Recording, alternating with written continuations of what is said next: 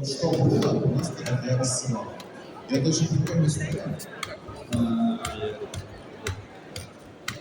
Значит, однажды мне позвонил продюсер из агентства и сказал, что я с ним работаю. И что он сказал, было так,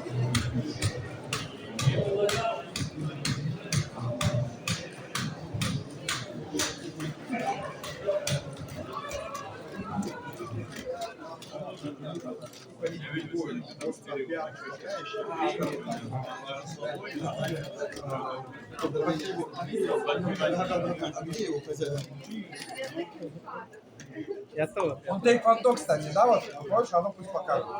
Осторожнее. И он реально дерется.